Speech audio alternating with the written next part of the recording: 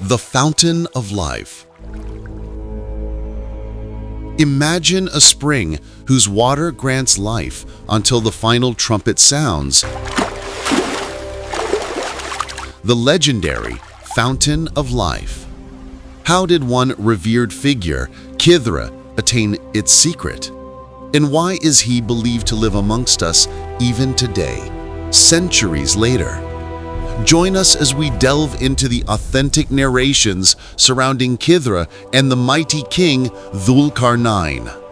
وَيَسْأَلُونَكَ عَنْ ذِي الْقَرْنَيْنِ قُلْ سَأَتْلُو عَلَيْكُمْ مِنْهُ ذِكْرًا.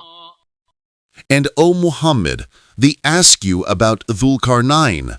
Say, I will recite to you something of his narrative. In an authentic narration from Imam Muhammad Baqir, peace be upon him, it is reported from the commander of the faithful, Imam Ali, peace be upon him, that the place Dhul-Qarnayn saw where the sun sets in a warm spring was near the city of Jabulka. In another authentic narration from Imam Muhammad Baqir, peace be upon him, it is reported from the commander of the faithful, Imam Ali, peace be upon him, that God subjugated the clouds for Dhul-Qarnayn, brought the means, causes, distances near for him, and expanded the light for him such that he could see during the night just as he saw during the day. In another narration, it is mentioned that Dhul-Qarnayn was a righteous servant of God for whom the means were facilitated. God Almighty established him firmly in the lands and described the fountain of life to him, informing him that whoever drinks its water shall not die until they hear the sound of the trumpet, Sur. Dhul-Qarnayn set out in search of this spring until he reached its location. At that place, there were 360 springs. Hazrat Khidr was the leader and vanguard of the army. Dhul-Qarnayn had chosen Khidr among all his companions and held him in great affection.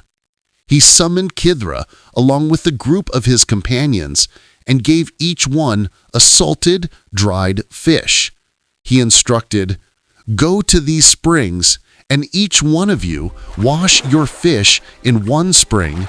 No one else should wash in another's." Hearing this, they all dispersed and each one washed his fish in one of the springs. Hazrat Khidr also reached a spring.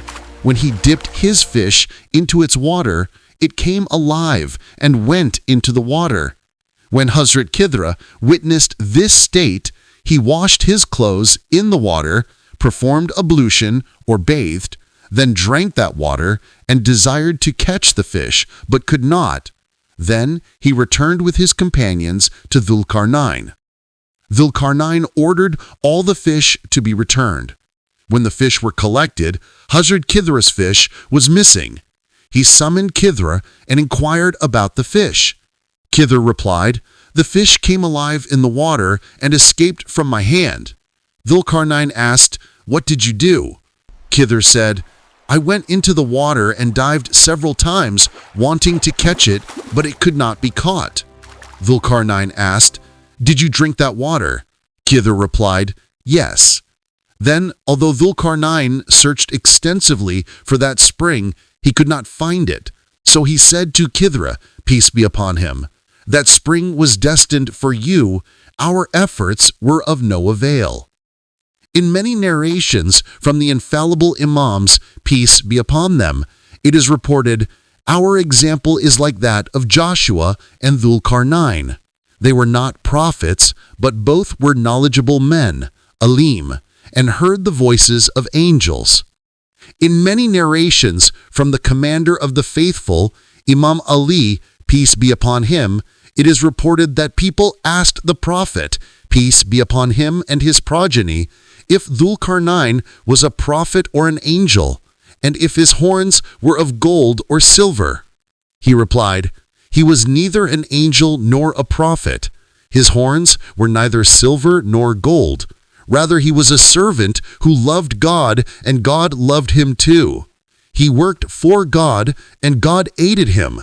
He is called Dhul-Qarnayn, the two-horned, because he called his people towards God, and they struck one side of his head, left, causing his martyrdom.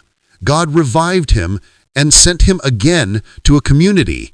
He called them towards God, and they also struck the other side of his head, right. For this reason, he was named Dhul-Qarnayn.